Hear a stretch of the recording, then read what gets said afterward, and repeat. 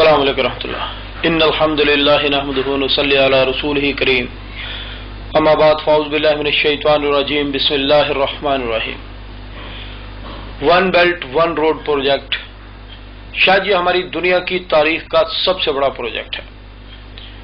ہماری دنیا کی نون ہسٹری میں اتنا بڑا پروجیکٹ آیا ہی نہیں، نہ امریکہ نے پیش کیا، نہ برطانیہ نے پیش کیا، نہ نیپولین نے پیش کیا، نہ فرعون نے پیش کیا، نہ نمرود نے پیش کیا۔ ہماری نون ہسٹری میں اتنا بڑا معاشی پروجیکٹ نہیں آیا۔ بہت بڑے بڑے انالائزر سے گیم چینجر کہہ رہے ہیں کہ یہ بازیاں الٹ دے گا۔ ہماری دنیا کی بیشتر آبادی شاید ابھی اسے صحیح طور پر سمجھ ہی نہیں پائی، اور جو سمجھ گئے ہیں وہ خوشی سے یا خوف سے تھر تھر کانپ رہے ہیں۔ ماہرین بتا رہے ہیں کہ it's a untold new world order, یہ ایک غیر اعلانیہ نیو ورلڈ آرڈر ہے۔ یہ لاکھوں کلومیٹر لمبی motorways, high speed railways, logistics ports اور درجنوں بندرگاہوں کا ایک مربوط نظام ہے جو ہماری زراعت، ہماری صنعت، ہماری تجارت، ہماری انویسٹمنٹ، ہماری پروڈکشن اور ترسیل کا شاہکار ہوگا۔ یہ ہماری دنیا کے پرانے سیاسی، جغرافیائی اور دفاعی نقشے الٹ کے رکھ دے گا اور دنیا کی تشکیل نو کرے گا۔ نئے دفاع بنیں گے، نئے نقشے بنیں گے، نئے سرے سے ترتیب دی جائے گی، بڑے بڑے برج الٹا کر رکھ دیے جائیں گے۔ اس سے پہلے کہ ہم اس پروجیکٹ کی ڈیٹیل میں جائیں، پہلے اس کے بیک گراؤنڈ میں جھانکتے ہیں کہ یہ ہے کیا اور اس کا مقصد کیا ہے۔ سب سے پہلے ہم چائنا کی طرف جاتے ہیں۔ چائنا 1.38 بلین انسانوں کا ملک ہے۔ یہ قطر نہیں ہے جس کی 8 لاکھ آبادی ہوگی، نہ لیبیا ہے جس کی 48 لاکھ آبادی ہوگی، نہ ڈنمارک ہے جس کی 45 لاکھ آبادی ہوگی، بلکہ 100 لاکھ کا 1 کروڑ اور 100 کروڑ کا 1 ارب، اور یہ 1 ارب 38 کروڑ انسانوں کا دنیا کا سب سے بڑا ملک ہے۔ یہ 20.6% آف دا ورلڈ ہے۔ دنیا کی بہت بڑی آبادی، اور دنیا کی بہت بڑی آبادی کو چاہیے خوراک، دنیا کی سب سے بڑی خوراک اسے چاہیے، اور اس خوراک کو حاصل کرنے کے لیے دنیا کا سب سے بڑا ذریعہ روزگار انہیں چاہیے، اور اس مقصد کے لیے دنیا کی سب سے بڑی انڈسٹری ان کے پاس ہے، جہاں سینکڑوں نہیں، ہزاروں نہیں، بلکہ لاکھوں انڈسٹریاں موجود ہیں، اور یہ ان انڈسٹریوں میں کام کرتے ہیں اور روزگار حاصل کرتے ہیں۔ آپ کی سوئی، آپ کی موم بتی، امریکہ کی سیٹلائٹس کو خلا میں چھوڑ کے آنے کا کام بھی یہی چائنا کی کمپنیاں کرتی ہیں۔ اور جب یہ پوری دنیا کی سب سے بڑی انڈسٹری ہے، اس انڈسٹری سے پیدا ہونے والی پروڈکشن ایک بہت بڑی مارکیٹ بن جاتی ہے، منڈی بن جاتی ہے۔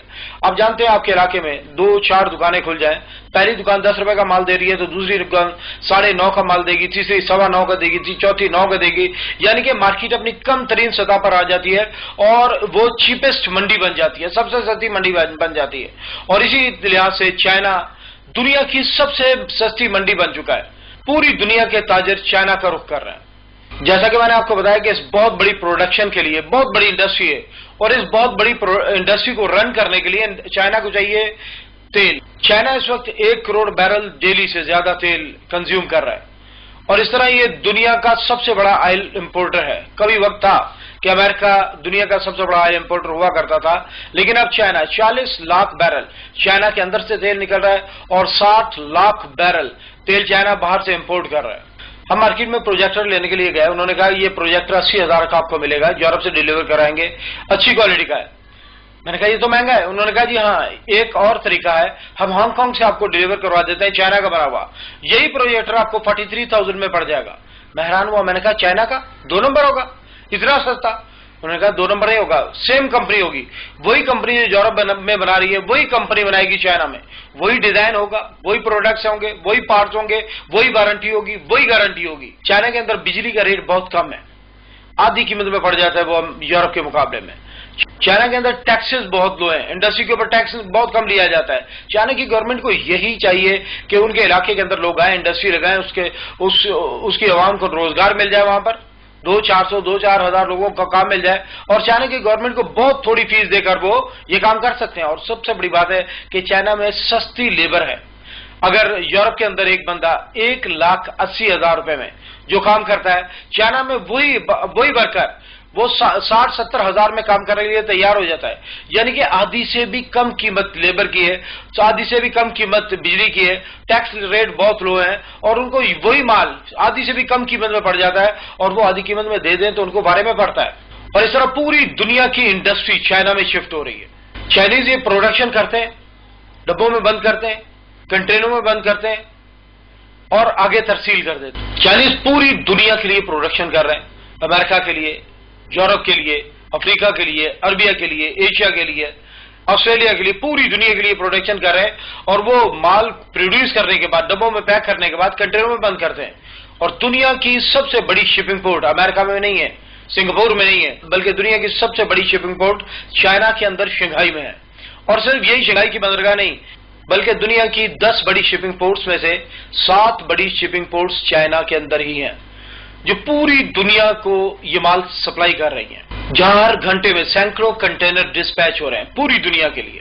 چائنا نے اس ترسیل کو مستقل بنانے کے لیے، نان سٹاپ بنانے کے لیے ایک منصوبہ تشکیل دیا ہے، جس کو میری ٹائم سلک روٹ کا نام دیا گیا ہے، اور یہ چائنا کی بندرگاہ سے چلتا ہے، شینن سے انڈونیشیا، اس کے بعد ملاکا لیک سے ہوتا ہوا یہ سری لنکا کی بندرگاہ، اس کے بعد کلکتہ، گوادر، دبئی، خلیج فارس کے اندرونی ریاستیں، اس کے بعد یہ یمن کے ساحلوں سے ہوتا ہوا آگے جاتا ہے، نہر سوئز کراس کرتا ہے مصر سے، اور نہر سوئز کراس کرنے کے بعد یہ ایتھنز کی بندرگاہ اور باقی یورپ کی بندرگاہوں میں جاتا ہے۔ نہر سوئز بننے سے پہلے یہ رستہ تھا 20,000 کلومیٹر کا، جو کہ بہت طویل اور بہت مہنگا تھا۔ نیپولین نے مصر کو کاٹا، نہر سوئز نکالی اور نہر سوئز کو ملا دیا میڈیٹرینین سی سے، یورپ کو عربیہ کے ساتھ ملا دیا اس نے، اور یہ راستہ بہت چھوٹا ہو گیا۔ اسی راستے سے 40 لاکھ بیرل تیل روزانہ گزرتا ہے۔ یہی یمن کے ساحلوں سے آگے افریقہ کی دوسری بندرگاہوں تک یہ راستہ جاتا ہے، اور چائنا نے 1 بیلٹ 1 روڈ کا نام دیا، یعنی کہ ایشیا، افریقہ، عربیہ، یورپ یہ ایک ہی پٹی پر واقع ہے اس نے کہا۔ اور اس کے لیے ایک اور منصوبہ، 4000 سال پہلے دنیا کے نقشے پر ایک سڑک موجود تھی جس کو شاہراہ ریشم کہا جاتا تھا۔ یہ چین سے چلتی تھی، قازقستان، ازبکستان، کرغستان، ایران اور ترکی، ایشیا کوچک تک جاتی تھی، اور یہ سڑک حضرت عیسیٰ علیہ السلام کے پیدا ہونے سے 2000 سال پہلے موجود تھی۔ 2014 کے اندر یونیسکو نے اس کو اپنے ثقافتی ورثے میں شامل کیا، 33 نئے مقامات کو اس میں شامل کیا، اور پوری دنیا کے ملکوں کو کہا کہ اپنے اپنے حصے کا کام کرے، اس کو مکمل کرے۔ یہ ایک تجارتی گزرگاہ ہوگی، اور یہ دنیا کا سب سے بڑا پروجیکٹ ہوگا، جو 1,20,000 کلومیٹر لمبی موٹر ویز کا جال ہے۔ یہ موٹر وے چائنا سے لے کر میڈرڈ تک نہیں، بلکہ چائنا سے منگولیا بھی ہے، چائنا سے رشیا بھی ہے، چائنا سے گوادر بھی ہے، پوری دنیا کے ملکوں میں یہ گھوم رہی ہے، جو کہ 1,20,000 کلومیٹر لمبی موٹر ویز کا جال ہے، جو ہماری دنیا کی تاریخ کا سب سے بڑا مضبوط پروجیکٹ ہے۔ دنیا کی تاریخ میں اتنا بڑا پروجیکٹ آیا ہی نہیں جو ٹریڈ کے مقاصد کے لیے بنایا گا۔ یہ 40,000 کلومیٹر ہائی سپیڈ ریلویز کا جال ہے، اور اس ریلوے نے اپنا پہلا چکر کاٹ لیا ہے۔ چائنا سے ریل چلی ہے اور میڈرڈ گئی ہے، وہاں مال اتارا ہے، اور میڈرڈ سے 5 مائل لے کر یہ واپس چائنا آ گئی ہے، اور پوری دنیا نے شور مچا دیا کہ یہ تو سمندری راستے سے بھی سستا ہے، یہ دنیا کا سب سے سستا روٹ ہے جو چائنا کو یورپ سے ملائے گا۔ انڈینز نیٹ پر بہت پروپیگیٹ کر رہے ہیں، ہر بلاگ پر وہ شور بجا رہے ہیں کہ یہ جو پاکستان کی گوادر کی بندرگاہ یہ استعمال نہیں ہوگی، بلکہ یورپ کے ساتھ اگر ٹریڈ کرنا چاہے گا چائنا، رشیا، سینٹرل ایشیا، تو وہ اس روڈ کے ذریعے ہوگی، یعنی کہ موٹر وے کے ذریعے ہوگی، جو کہ ڈائریکٹ جا رہی ہے میڈرڈ تک۔ اور انہوں نے یہ بھی بتایا، پوری دنیا کو یہ بتایا کہ بھئی ہاں یہ راستہ بھی سستا ہے، اور ہم نے مختلف کمپنیوں سے کنفرم کیا کہ واقعی یہ راستہ سفر سستا پڑتا ہے، کیونکہ سمندر کا سفر ہے 18,595 کلومیٹر، جو کہ سمندری سفر سستا ہونے کے باوجود بہت طویل ہے اور بہت مہنگا پڑتا ہے۔ اس کے مقابلے میں ٹرین کا سفر 10,700 کلومیٹر ہے، جو کہ سستا پڑ جاتا ہے۔ لیکن ہم دنیا کے نقشے کو اس طرح نہیں دیکھ رہے، ہم دنیا کے نقشے کو کسی اور نظر سے دیکھ رہے ہیں، اور وہ ہے گوادر ٹو بارسلونا، یعنی کہ یورپ کا سفر گوادر سے لے کر بارسلونا کا سفر 8,943 کلومیٹر رہ جائے گا، اور یہ یورپ کے لیے سب سے چیپسٹ روٹ ہوگا، اور یہی روٹ استعمال ہوگا۔ لیکن اب سوال یہ پیدا ہوتا ہے کہ کیا یہ روٹ جو ہے گلوبل ٹریڈ کے لیے کافی ہوگا؟ 3 بڑے کھلاڑی ہیں ایشیا میں اس ٹریڈ کے، رشیا، چائنا اور سینٹرل ایشیا۔ چائنا کی اپنی بہت بڑی پروڈکشن ہے اور بہت بڑا آئل کا کنزیومر ہے، یعنی کہ وہ بہت بڑی منڈی ہے۔ رشیا انرجی ریسورسز کا بہت بڑا ایکسپورٹر ہے، اور سینٹرل ایشیا عربیہ کے بعد تیل کے سب سے بڑے ذخائر، 336 بلین بیرل تیل، گیس کے سب سے بڑے ذخائر 521 ٹریلین کیوبک فٹ گیس کے ذخائر، ایک ملک کے اندر 10,000 ہزار ٹن سونا ہے، یہاں منرل بہت بے بہا ہیں، اور پوری دنیا ان انرجی ریسورسز کی طرف اپروچ کرنا چاہتی ہے، ان کو یوز کرنا چاہتی ہے۔ اب یہ ممالک یورپ کے ساتھ اسپیشلی فقط یورپ کے ساتھ ٹریڈ نہیں کرنا چاہتے. ایک حد تک ٹریڈ ہوگی یورپ میں، کیونکہ دنیا کی پاپولیشن کا صرف 13% حصہ یورپ میں رہتا ہے اور ان کی اپنی پروڈکشن خاطر خواہ ہے. وہاں مال نہیں بکے گا، مال بکے گا تو ایشیا اور افریقہ میں ملے گا جو دنیا کی سب سے بڑی آبادی ہے.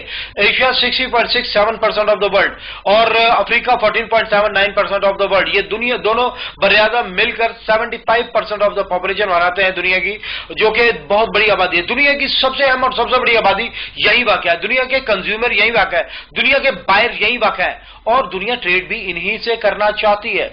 آپ کو یاد ہوگا رشیا نے سینٹرل ایشیا کو اپنے اندر شامل کر لیا تھا، اس کے بعد افغانستان پر حملہ کیا تھا، افغانستان پر قبضہ کیا تھا. وہ افغانستان تک نہیں آنا چاہتا تھا بلکہ وارم واٹر تک، گرم پانیوں تک آنا چاہتا تھا. رشیا کی اگر سمندر سے اپروچ تھی تو وہ صرف یورپ سے تھی، اور یورپ سے 20-22 ہزار کلومیٹر کا راستہ، بہت لمبا راستہ پڑتا. اس راستے سے تو آٹا بھی سونے کا بھاؤ پڑ جاتا ہے. تو رشیا اپروچ کرنا چاہتا تھا گوادر کو، تاکہ وہ گوادر تک اپنے سارے ریسورسز، ساری انرجی ریسورسز کو لائے اور یہاں پر لا کر بیچے، ایشیا میں، عربیہ میں، افریقہ میں. سینٹرل ایشیا کے پاس بھی اس کے سوا کوئی راستہ نہیں ہے کہ وہ اپنا مال گوادر کی طرف لائے، یعنی کہ بحیرہ عرب میں رہے اور یہاں پر ٹریڈ کرے. انڈیا نے ایک بہت بڑی آفر کیا، آج کل بہت زیادہ پروپیگیٹ کیا جا رہا ہے یہ نیٹ پر، اور ہمارا الیکٹرانک میڈیا بھی اس کی دھوم مچا رہا ہے کہ انڈیا نے ایک بندرگاہ بنائی ہے چابہار میں، اور انڈیا نے آفر کیا ہے کہ بھائی آپ افغانستان اور پاکستان کو چھوڑیں، بائی پاس کریں، آپ سینٹرل ایشیا اور رشیا ڈائریکٹ آئے ایران میں، ایران سے چابہار کی بندرگاہ میں آئے اور یہاں سے آپ عربیہ میں ٹریڈ کریں، ایشیا میں ٹریڈ کریں، افریقہ میں ٹریڈ کریں. یعنی کہ 75% پاپولیشن تک پہنچنے کا ان کو بالکل سمپل راستہ دے دیا، سیف راستہ دے دیا. لیکن یہ کنفرم ہے کہ چابہار کی بندرگاہ 11 میٹر سے زیادہ گہری نہیں ہے، اور 11 میٹر گہری بندرگاہ کے اندر بڑے کنٹینر شپس آ کر رک ہی نہیں سکتے، لنگر انداز ہی نہیں ہو سکتے. جب وہ آ ہی نہیں سکتے، لنگر انداز ہی نہیں ہو سکتے، تو ٹریڈ کا کیا سوال ہے؟ یہ تو پاسبل ہی نہیں ہے کہ یہاں سے ٹریڈ ہو سکے. تو یہ انڈیا ایران کو جو بندرگاہ بنا کر دے رہا ہے، اس کے مقاصد کیا ہے؟ بھائی دیکھیے، انڈیا کی فورس افغانستان میں ہے اور انڈیا اپنی فوج کا حجم وہاں بڑھانا چاہتا ہے. امریکہ انڈیا کو افغانستان میں سیٹ کرنا چاہتا ہے، اس کو وہاں پوزیشن دینا چاہتا ہے، اور وہاں فوج کے لیے انڈیا کو چاہیے راستہ، جو پاکستان تو دینے کو تیار نہیں ہے. پاکستان کبھی بھی انڈین آرمی کو افغانستان کے اندر اپروچ نہیں دے گا، نہ راستہ دے گا، نہ کوئی لائن دے گا. انڈیا افغانستان میں اپنی فوج کی سپلائی کو کس طرح برقرار رکھے گا؟ پاکستان تو راستہ دینے کو تیار نہیں ہے، اور نہ ہی ہو سکتا، یہ پاسبلٹی نہیں ہے. انڈیا ہمارا دشمن ہے، اور وہ افغانستان میں جائے گا تو وہ بھی ہماری دشمنی ہی کو آگے بڑھائے گا. تو پھر انڈیا کے لیے کیا آپشن ہے؟ انڈیا کے پاس ایک ہی آپشن ہے کہ اپنی فوج کو بحری جہازوں میں اتارے، چھوٹے بحری جہازوں میں اتارے، اور وہ بحری جہاز چابہار کی بندرگاہ پر جا کر لگے. اور چابہار کی بندرگاہ سے انڈیا نے ایک روڈ بنائی ہے جو کہ افغانستان جاتی ہے. یعنی اپنی سپلائی کو، ملٹری پریزنس کو برقرار رکھنے کے لیے، لاجسٹک سپورٹ قائم رکھنے کے لیے، اپنے فوج کے لیے، اسلحہ کے لیے، گولہ بارود کے لیے، خوراک کے لیے، پرسنل کی آمد و رفت کے لیے وہ یہ راستہ بنا رہا ہے.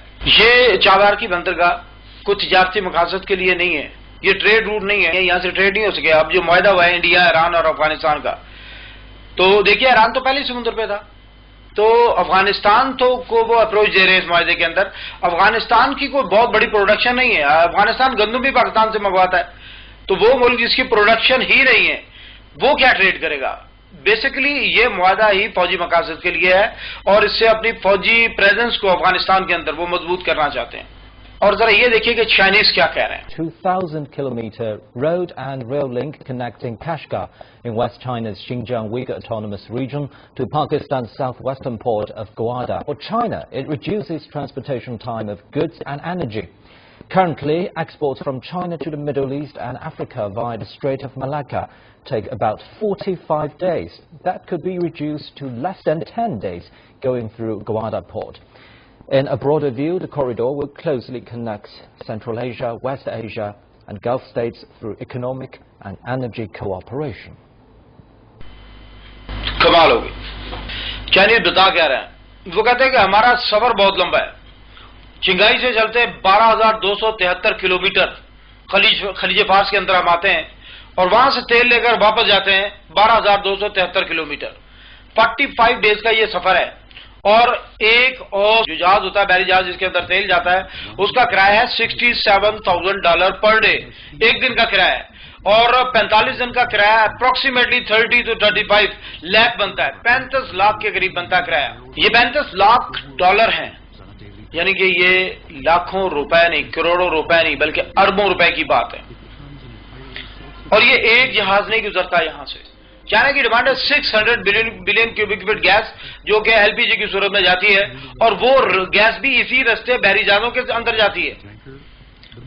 چائنا کی ڈیمانڈ میں نے آپ کو بتایا کہ 60 لاکھ بیرل تیل ہے، یہ دنیا کی سب سے بڑی ڈیمانڈ ہے، یہ بھی اسی رستے سے جاتی ہے۔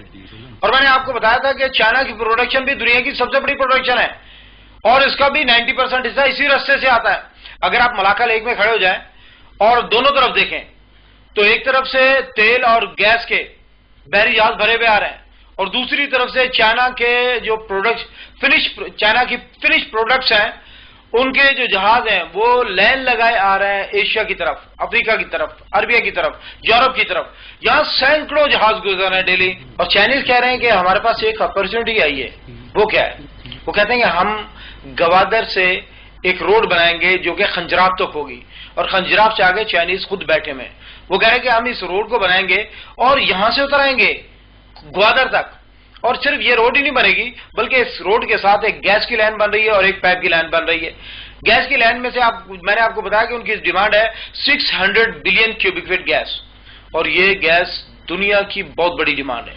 اس کا ٹیکس کتنا بنے گا یہ ہم تصور بھی نہیں کر سکتے، یہ اربوں میں بنے گا، یہ لاکھوں میں کروڑوں میں نہیں ہوگا بلکہ اربوں میں صرف ٹیکس ہوگا، جس کے لیے آپ کو کچھ کرنا نہیں پڑے گا، صرف گیس گزرنے کی اجازت دیں گے، وہ گیس گزرے گی اور آپ کو ٹیکس ملتا رہے گا۔ میں نے آپ کو بتایا تھا کہ نہر سوئز میں سے 40 لاکھ بیرل تیل ڈیلی گزرتا ہے، جو آگے یورپ میں سپلائی ہوتا ہے، 40 لاکھ بیرل ڈیلی۔ اور نہر سوئز کے اوپر مصر نے جو ٹیکس لگایا ہوا ہے، وہاں سے جو ریونیو اکٹھا ہوتا ہے وہ اتنا ہوتا ہے کہ پورے مصر کا بجٹ نکل جاتا ہے۔ وہ 40 لاکھ بیرل تیل وہاں سے گزرتا ہے۔ آپ تصور کیجئے چائنا کی ڈیمانڈ ہے 60 لاکھ بیرل تیل ڈیلی، اور 60 لاکھ بیرل ڈیلی گزرنے کا مطلب کیا ہوگا، اس کا ریونیو کتنا بنے گا۔ پاکستان میں ایک طرف عرب ممالک ہیں، سعودیہ، کویت، ایران، عراق، یہ سارے ممالک تیل نکالیں گے، ہاتھ پیر کالے کریں گے، تیل کو اس لائن میں لا کے ڈالیں گے، اور اس لائن میں سے تیل کو ہم پمپ کریں گے، کچھ جگہ ری پمپ کریں گے، اور چائنا سے جا کے یہ تیل نکلے گا، اس تیل سے وہ اپنی انڈسٹری چلائیں گے، دن رات کام کریں گے، پروڈکشن حاصل کریں گے۔ لیکن کمال ہے کہ پاکستانی اس پر بیٹھ کر جو منافع حاصل کریں گے وہ کتنا ہوگا۔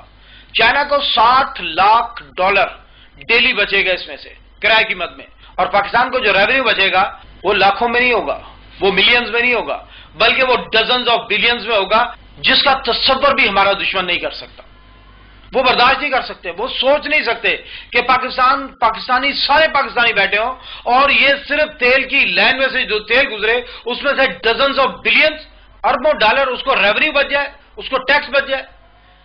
یہ پوری دنیا کے لیے حیران کن ہے، شاکنگ ہے پوری دنیا کے لیے۔ انڈیا بری طرح خوفزدہ ہے اس چیز سے کہ پاکستان ایک معاشی طاقت بننے جا رہا ہے، یہ پوری دنیا کے لیے شاکنگ ہے، دنیا خوفزدہ ہے اس سے، ہمارے دشمن اس کو برداشت نہیں کر پا رہے، ان کے وہ حوصلہ نہیں کر پا رہے کہ وہ دیکھیں کہ پاکستان ایک ترقی کر رہا ہے، اور ترقی بھی کس طرح، ایک دو پوائنٹس نہیں بلکہ آپ دیکھیں اس کے جتنے فیچرز کھولتے جائیں گے اتنے ہی حیران ہوتے جائیں گے۔ میں حیران ہوں اللہ کی قسم جس نے پاکستان کے لیے پہلی مرتبہ یہ لفظ استعمال کیا تھا نا کہ پاکستان اللہ کی نشانی ہے، سلام ہے اس شخص کو، واقعی پاکستان اللہ کی نشانی ہے۔ یہ اتنی بڑی اپرچونٹی ہمارے ہاتھ آئی ہے، یہ ہم تصور بھی نہیں کر سکتے، اور یہ یوں ہی نہیں ہمیں مل گئی، اللہ تعالیٰ ہر چیز دینے سے پہلے آزماتا ہے۔ جیسے میں نے آپ کو بتایا کہ تیل ارب ممالک نکالیں گے، پاکستان سے گزرے گا، صرف ہمیں اربوں ڈالر اس میں سے ریونیو مل جائے گا، اور چائنیز اس تیل کو استعمال کریں گے، انڈسٹری میں یوز کریں گے، پروڈکشن حاصل کریں گے، دن رات کام کریں گے وہ، اور جو مال پیدا کریں گے اس کو ڈبوں میں بند کریں گے، ڈبوں کو کنٹینروں میں بند کریں گے، اور کنٹینروں میں وہ مال پیک کرنے کے بعد وہ بندرگاہوں پر نہیں لے جائیں گے۔ 45 ڈیز کا سفر ہے، لاکھوں ڈالر کا کرایہ ہے، میں نے آپ کو بتایا۔ وہ کیا کریں گے؟ وہ واپس اس مال کو اسی رستے سے واپس بھیج دیں گے، جو لائنوں کے ساتھ موٹر پہ بن رہی ہے اس موٹر پہ کے ساتھ بھیج دیں گے، اور یہ صرف 7 دن کا سفر ہے، گوادر پہ آ جائے گا، اور گوادر آباد دنیا کے مرکز کے سینٹر کے اندر ہے۔ میں نے آپ کو بتایا دنیا کی 75% پاپولیشن افریقہ اور ایشیا کے اندر رہتی ہے، اور اسی آبادی میں پوری دنیا ٹریڈ کرنا چاہتی ہے۔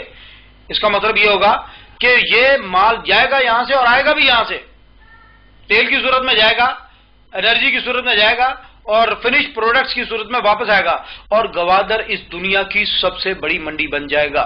ہماری فوج خنجراب سے گوادر تک جو راستہ بن رہا ہے اس راستے کی گارنٹر بن رہی ہے. ہمارے کارپوریٹ طبقہ جو ہے اس نے پیسہ لگایا ہے اور اس سڑک کو مکمل کر رہے ہیں. 80% سڑک مکمل ہو چکی ہے اور 2022 کے اندر امید ہے کہ یہ لنکڈ ہو جائے گی چائنا کے ساتھ اور مکمل طور پر کام شروع کر دے گی. کمال تو یہ ہے کہ یہ $46 بلین کہاں لگیں گے؟ پیسہ تو ہمارا تاجر طبقہ سڑک پہ لگا رہا ہے یا بہت تھوڑا اس میں سے لگا ہے, باقی یہ $46 بلین لگے گا. یہ موٹر وے کے ارد گرد 16 بجلی گھر ہیں جو اس نقشے میں تفصیل سے نظر آ رہے ہیں. ان 16 بجلی گھروں میں سے 16,400 میگا واٹ بجلی پروڈیوس ہوگی. یہ اتنی بجلی ہے جو پاکستان کے اندر اس وقت پروڈیوس نہیں ہو رہی. ہماری ٹوٹل پروڈکشن سے زیادہ بجلی صرف موٹر وے کے اوپر پروڈیوس ہوگی. اس کا استعمال کیا ہوگا؟ موٹر وے کے اوپر پلاٹ کاٹے جا رہے ہیں, انڈسٹریل زون بنایا جا رہا ہے اور باقاعدہ چائنا کی, عربیہ کی, یورپ کی, امریکہ کی اخباروں میں اشاعت دیے جا چکے ہیں کہ گوادر روڈ, گوادر جو سب سے اہم منڈی, اس کے روڈ کے اوپر یعنی کہ چائنا سے لے کر گوادر تک جو سڑک آ رہی ہے, جو روڈ آ رہا ہے, اس روٹ کے اوپر آپ کو انڈسٹریل زون قائم کر کے دیے جائیں گے. اور کمال ہے کہ بجلی میسر ہوگی, میٹر فیکٹری کے گیٹ پر لگا کر دیے جائیں گے.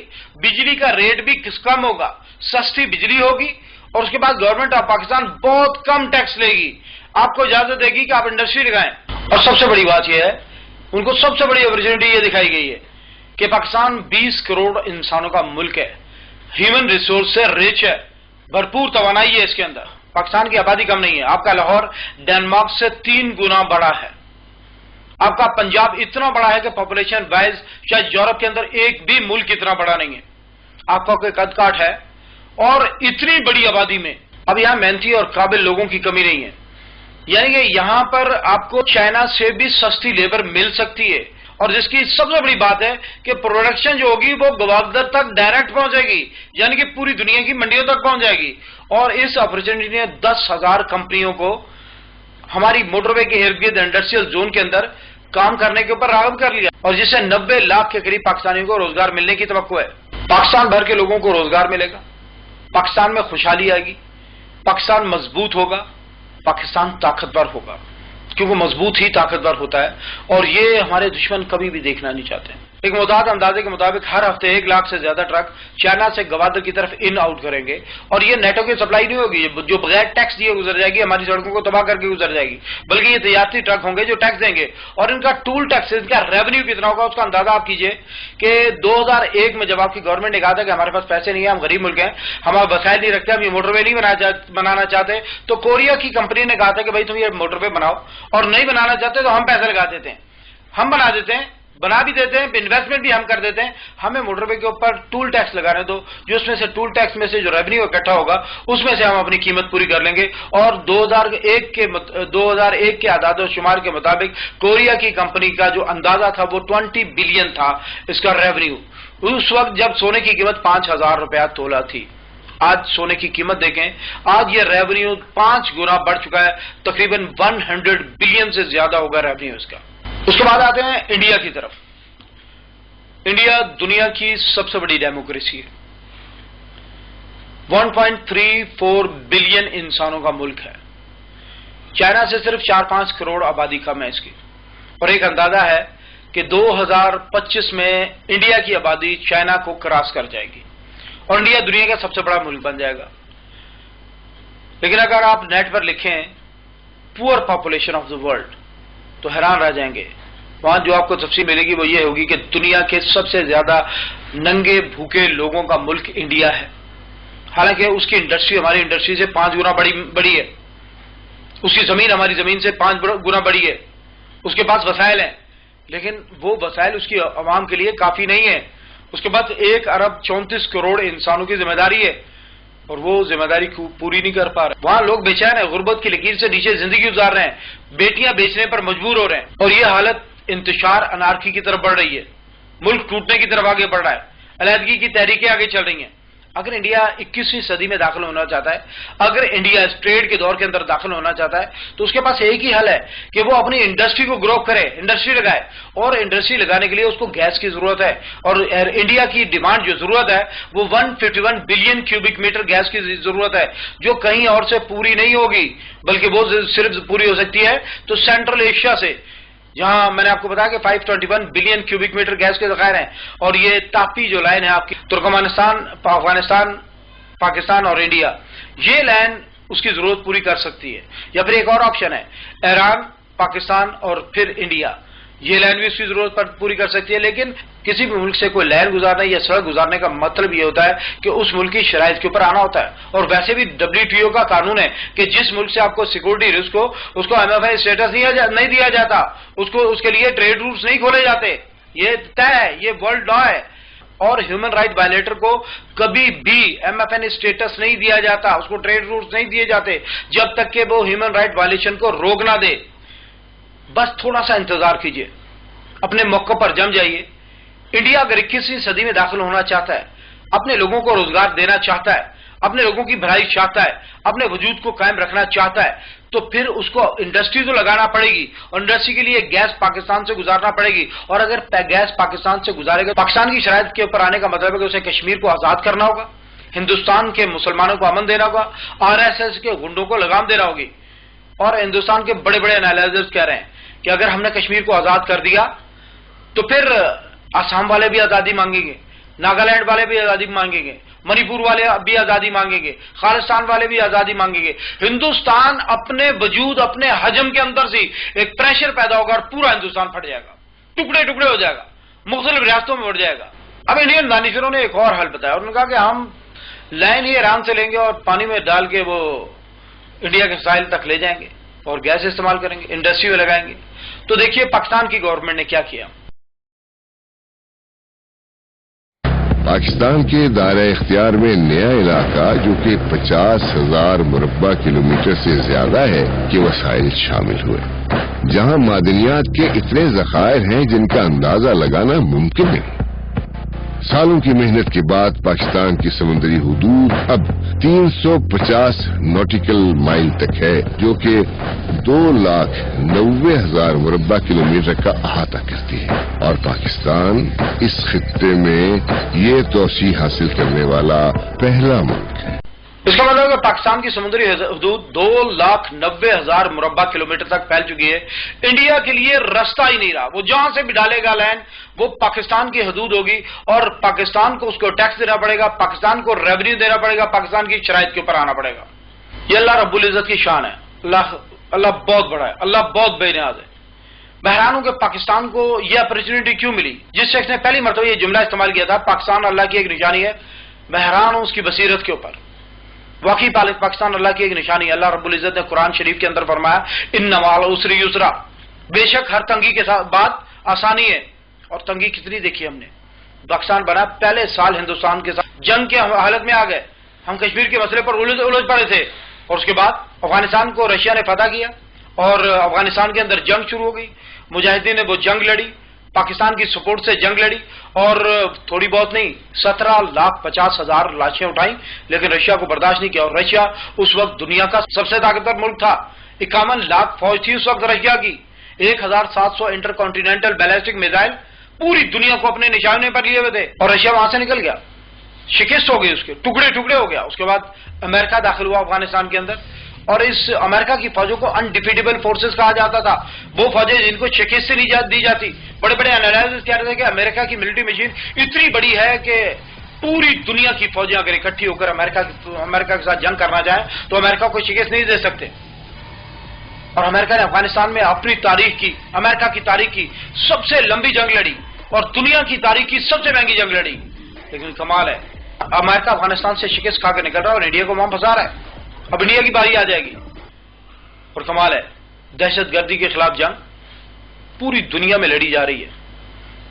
فرانس بھی جنگ لڑ رہا تھا دہشت گردی کے خلاف۔ فرانس نے یورپی پارلیمنٹ سے یہ قانون منظور کروایا تھا کہ اسرائیلی سیٹلمنٹ کا سامان یورپ کے اندر فروخت نہیں ہوگا، لیکن ایک کارروائی ہوئی فرانس کے اندر، وہ ہوٹل کے اندر چند درجن لوگ مارے گئے، اور فرانس سرنڈر کر گیا، وہ اسرائیل کے ساتھ جا کر کھڑا ہو گیا، اس نے کہا ہاں اس نے کہا نہیں ہم اسرائیل کے ساتھ ہیں اور مسلمانوں کے خلاف کارروائی شروع کر دی.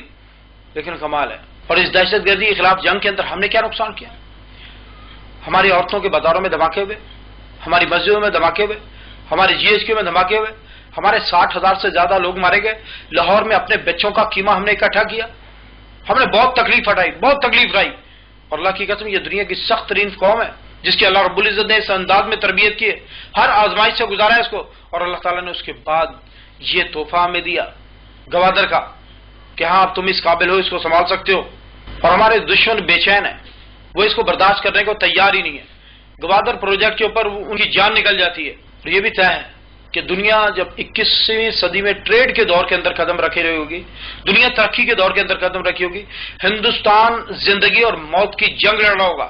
اگر وہ پاکستان سے رستہ لے گا تو بھی مشکل میں پڑے گا، اور اگر نہیں لے گا تو بھی مشکل میں پڑے گا. حیرت کی بات تو یہ ہے کہ پاکستان پوری دنیا کی انرجی کنزیومر اور انرجی پروڈیوسر کے درمیان اور دنیا کی سب سے بڑی پروڈکشن اور ان کی مارکیٹوں کے درمیان پاکستان ایک برج بن گیا ہے. اور یہ پوزیشن میرا خیال ہے کہ دنیا کی ہزاروں سال کی تاریخ میں کسی قوم کو بھی نہیں ملی. اتنی بڑی اپرچونٹی نہیں ملی. اہم تجارتی رستوں کے لیے فوجیں حملے کرتی تھیں، فوجیں قبضے کرتی تھیں. ہمیشہ سے ایسا ہوتا ہے. تجارتی مقاصد کے لیے قومیں بڑھتی ہیں، حکمران اپنے لشکروں کو آگے بڑھا دیا کرتے تھے، قوموں پر ملکوں پر قبضے کر لیا کرتے تھے. لیکن اتنی بڑی اپرچونٹی کسی قوم کو ملے گی؟ یہ 1000 سال کی تاریخ اٹھا کر دیکھ لیں، کسی قوم کو اتنی بڑی اپرچونٹی نہیں ملی. اور آپ کا کیا خیال ہے؟ آپ کے دشمن یہ برداشت کر جائیں گے؟ امریکہ جس کے جرنیلوں کا برملا یہ کہنا ہے کہ پاکستان نے ہمیں ڈبل کراس کیا، پاکستان ہماری شکست کا ذمہ دار ہے. نیٹو جس کے یہ جرنیل کہہ رہے ہیں کہ ہماری شکست کا واحد ذمہ دار پاکستان ہے، وہ یہ قبول کر لیں گے؟ امریکن کبھی بھی نہیں قبول کریں گے. امریکن کبھی بھی پاکستان کو بڑھتا ہوا دیکھنا نہیں چاہتے. اور پاکستان ہی نہیں، امریکن چائنیز کو بھی گروتھ کرتا ہوا نہیں دیکھنا چاہتے. امریکن اس کے خلاف ضرور کام کریں گے اور پورا کام کریں گے. اپنی طاقت کے مطابق اس کے خلاف ہر کام کرنے کو وہ تیار ہوں گے. اور دوسری طرف اسرائیلی جو پہلے دن سے ہمارے دشمن ہیں. میں ہیومینٹیرینز کے اوپر بریفنگ تیار کر رہا تھا تو میں نے کہا کہ ذرا دیکھوں کہ فلاح انسانیت کے کاموں کے بارے میں یہ پرانی کتابوں میں کچھ لکھا ہوگا، آسمانی کتابوں میں، تو وہ بھی اپنے حوالے اپنے پاس لکھ لیتا ہوں. میں نے تورات اٹھائی، تورات کھولی، اور جب تورات پڑھی تو میں حیران رہ گیا. تورات کے اندر لکھا تھا ایک لشکر اٹھے گا مشرق کی طرف سے، یہ یروشلم کی دیواروں کے ساتھ آ کر جنگ کھڑی کرے گا، یعنی کہ اسرائیل کی دیواروں کے ساتھ آ کر جنگ کھڑی کرے گا. اور وہ دنیا کی تاریخ کی سب سے بڑی جنگ ہوگی جو یہودیوں کی ان کے دشمنوں کے ساتھ ہوگی. اور اس کے بعد میں نے بائبل اٹھا کر دیکھی، انجیل اٹھا کر دیکھی. اس کے اندر لکھا تھا کہ قیامت کے قریب پوری دنیا کے یہودی اسرائیل میں اکٹھے ہو جائیں گے. یہ پہلی نشانی. اور اس کے بعد بائبل میں یہ لکھا ہے 6th اینجل، چھٹا فرشتہ اپنی شیشی میں سے ایک سیال مادہ گرا دے گا جو دریائے فرات کے اوپر گرے گا اور فرات خشک ہو جائے گا. اور اس کے بعد مشرق کے حکمرانوں کو یہ چھوٹ مل جائے گی کہ وہ آگے بڑھے اور ان کا لشکر آئے گا اور اسرائیل کے ساتھ ہرمجدون کی وادی میں، جس کو انگلش میں آرمگڈان کہتے ہیں، ہرمجدون کی وادی میں وہ آ کر جنگ کھڑی کرے گا. اور یہ جنگ دنیا کی تاریخ کی سب سے بڑی جنگ ہوگی. بائبل میں لکھا ہے کہ انسان کھڑے ہوں گے لیکن آنکھوں کے خول کے اندر سے ڈھیلے گل چکے ہوں گے. انسان کھڑا ہوگا لیکن جبڑوں کے اندر سے زبان گل چکی ہوگی.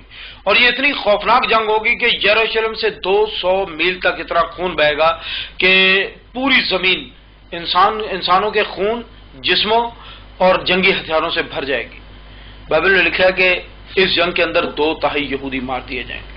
اور اسی لیے وہ نہیں چاہتے کہ مشرق کی طرف سے کوئی بھی طاقت اٹھے جو ان کے اگینسٹ ہو، جو ان کے خلاف ہو. ڈیوڈ بن گورین نے اپنی پہلی تقریر کے اندر کہا تھا کہ ہمیں خطرہ عربوں سے نہیں ہے بلکہ ہمیں خطرہ پاکستان سے، کیونکہ Pakistan and whole of it love the Arab and hate the Jews. Pakistan اور پورا کا پورا پاکستان یہ عربوں سے محبت کرتے ہیں اور یہودیوں سے نفرت کرتے ہیں. And this love of Arabs is more dangerous for us than self. اور یہ عربوں کا جو محبت کرنے والا ہے پاکستان، یہ ہمارے لیے عربوں سے زیادہ خطرناک ہے. اور اسی لیے وہ کہہ رہے ہیں کہ ہم ہر سطح پر پاکستان کو برباد کرنے کی پوری کوشش کریں گے. انہوں نے یہ عزم کیا تھا. اور اس کے بعد انڈیا، پہلے دن گاندھی نے کہا تھا کہ مسلمان پاکستان بنانے جا رہے ہیں، لیکن یہ بہت جلد واپس آئیں گے اور واپس آ کے یہ نہرو سے کہیں گے کہ ہمیں واپس بٹھا لو، ہمارا گزارا نہیں ہو رہا، اور نہرو نے واپس بٹھا لے گا۔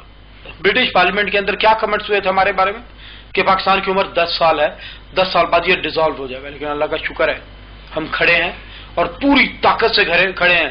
ہمارے دشمن ہمارے پر کمنٹس کرنے والے تھر تھر کانپ رہے ہیں، وہ خوفزدہ ہیں کہ پاکستان بننے کیا جا رہا ہے، یہ 34 ملکوں کے اتحاد کی قیادت کر رہا ہے، ایٹمی پاکستان بن گیا ہے، عالم اسلام کی پہلی ایٹامک پاور بن گیا ہے، یہ اب معاشی طاقت بننے جا رہا ہے۔